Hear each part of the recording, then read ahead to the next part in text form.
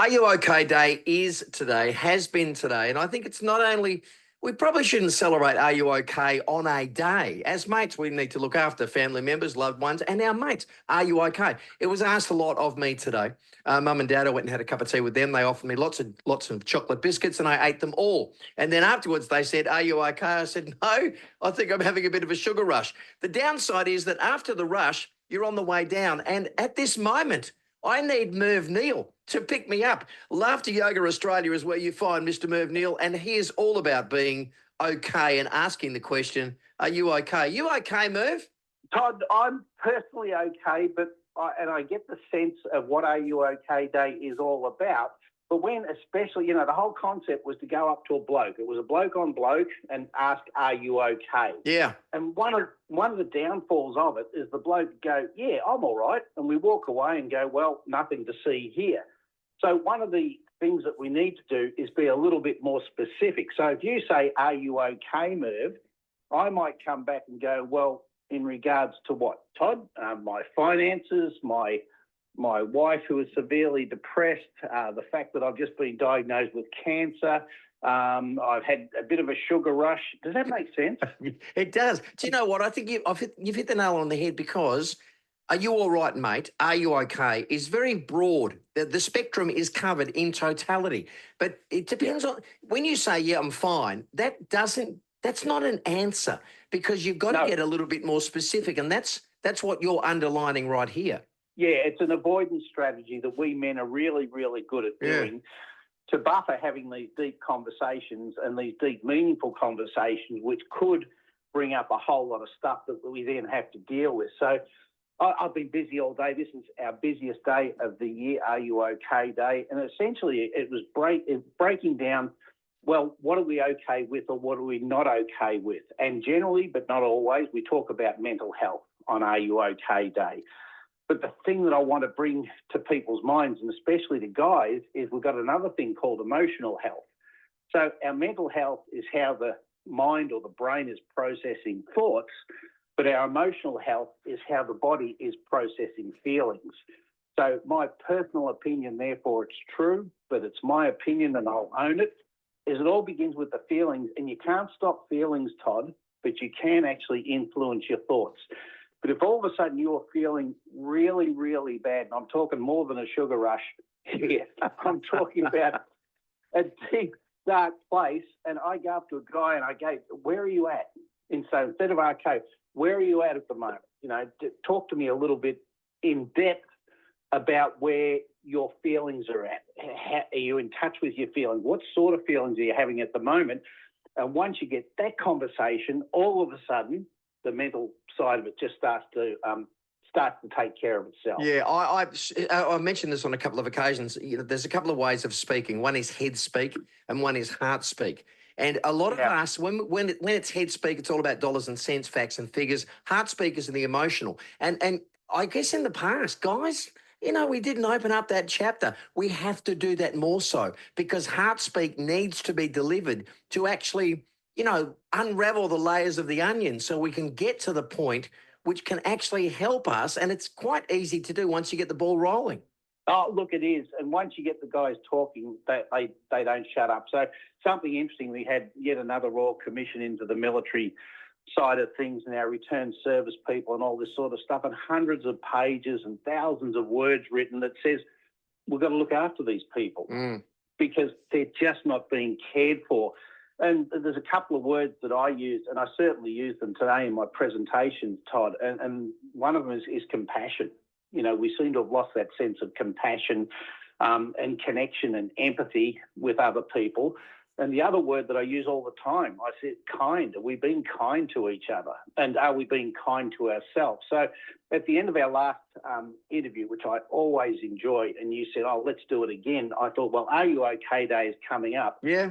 And you can vouch for this. I sent you a picture of my wrist, and I had an Are You OK Day band on my wrist. You did. Go. And the point is, I wear that every day. I was gifted it about 7 years ago at a business Are You OK Day, and I'm going, I need to ask myself, are you okay? Am I okay every day? So when I wake up every morning, at my age, that's a blessing.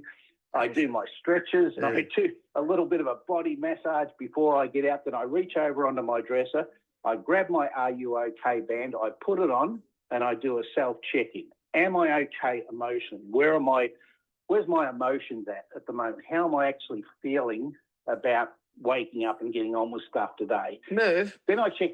Merv, Sir? do you think enough people, enough blokes actually check in on themselves? I know the girls do it. Girls are great at having a chin wag with one another. Yep. And also Yep. they, you know, that little inside voice will ask them great questions that they will listen to and answer.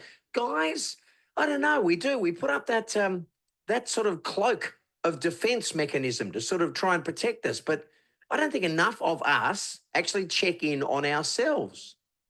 Oh, indeed. And going back to what I was saying before, so emotionally, how am I feeling? Yep. But then I'm going, hang on, where are my thoughts at? Am I positive and having positive thoughts about today? Am I anxious about today? Do I not want to take on today? Then physically, I go, how's the body feeling? You know, is it nice and agile? Are we ready to go?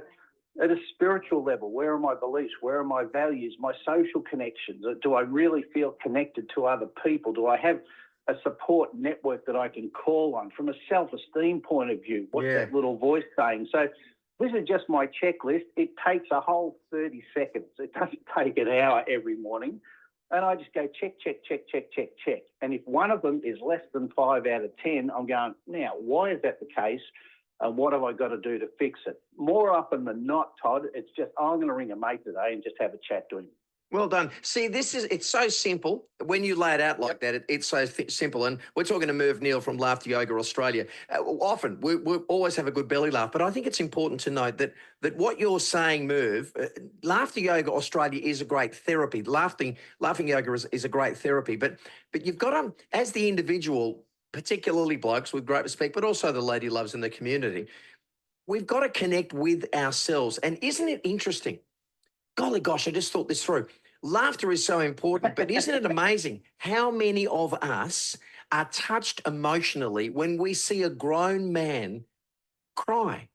And in hindsight, when the ladies cry, we feel sympathy and we feel for them. But when a guy who's got, you know, the scruffy beard and he's a bit gnarly looking, all of a sudden he cries, it changes us because I don't know what it is. Is it because we're not used to seeing that approach, that honesty? Yeah, it is. And it happened today, Todd, at the end of my third workshop today. A guy made a beeline for me. There's always one, and I'll go, oh, here he comes. This is the guy that wants to connect with me, something that I'd said or done. And we've done a lot of laughing, which, jumbles up all the emotions and doesn't just bring up positive emotions, but brings up the negative ones as well. And this guy made a beeline for me and just stood in front of me. I said, hey, buddy, I reckon you've got something to say. And he goes, I'm having trouble with my wife's mental illness. Wow. I'm going, that's really bad. In fact, that's bloody terrible, mate. I said, do you want to tell me just how bad that is? And he just burst out crying. Now, what had happened there was this big knot inside of him, possibly in his heart, talk about heart connections there with his wife and trying to deal with it. He said, I just can't deal with it anymore. He said, and I feel, here it came, I feel as though I'm letting her down. I'm going, mate, it was one of those wow moments. And what do you do? I'm not a psychologist. I'm not a doctor. I'm not a counsellor or anything like that. I'm just a bloke that listens. And I just listened to him and was just present. And I said, keep telling me how bad it is, because unless we acknowledge how bad it is, we can't start to actually fix it up. We just put layers of icing on top of it and hope that, the cake doesn't rot underneath.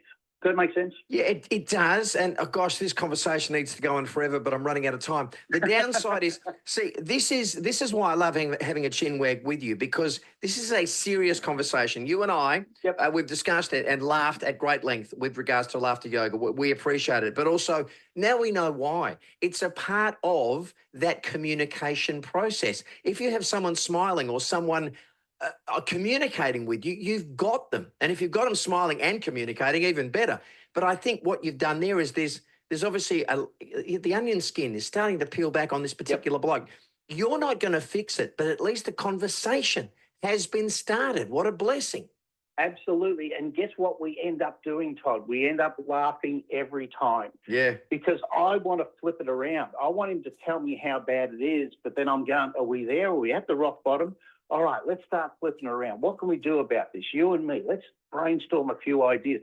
What about we try this? What about we try this? Have you ever tried this? And all of a sudden, we're in solve and fix mode, and then we start to laugh. Yeah. Now, the laughter creates an element of trust. They all say, oh, I really trust you. And it's because I'm laughing. My laughter gives an element of safety to them, rather than threat. And it's that joy or energy or vibration, it's the vibes, that starts to happen between us, that starts to connect with us. And they just feel safe. And when they feel safe, they open up. And a guy just recently, Todd, said, I like you because there's no judgment. And I'm going, well, there's no BS, mate. You're fair income. You've been there and done that. I mean, I can call it like it is. Look, Merv, sorry, mate, I've run out of time. I'm heading up to a commercial break. So, Merv Neal, Laughter Yoga Australia, if anyone wants to get in touch with you for whatever reason or pick up on the workshops, I mean, there's so many great connections. Laughter Yoga Australia is the best opportunity. Would you agree, Merv? Oh, absolutely. Or mervneal.com. I'm not hard to find on the socials. Yeah, beauty, mate. mervneal.com, Laughter Yoga Australia. Merv, thank you, sir. It's been a serious topic, but on Are You OK Day, I feel it's valid, and I just want to say you're a great mate of this program. Thank you for telling us great stories and inspiring us to be better people and to get out of those little holes that a lot of us could be just quietly dipping our toes into. Merv, stay well, stay happy, my friend. We'll talk again. Good on you, brother. Take care. Good on you, Merv Neal. Again, what a great friend of the night shift. There are so many of my mates that are quietly going about their business, and they sometimes open up. And when they do, that level of communication, sometimes they will cry. Sometimes they will laugh with you. If you've got that ability to turn things, as Merv said, be a great listening ear. Drop in a little moment of humour. Don't try and fix everything because we can't. We're not trained to, but at least the conversation has started. And you know what? You may be able to, and I say this with great conviction, you may be able to save a life. Wow. I never thought I'd say that live on radio. We'll take a break and we will come back straight after this on 6PR.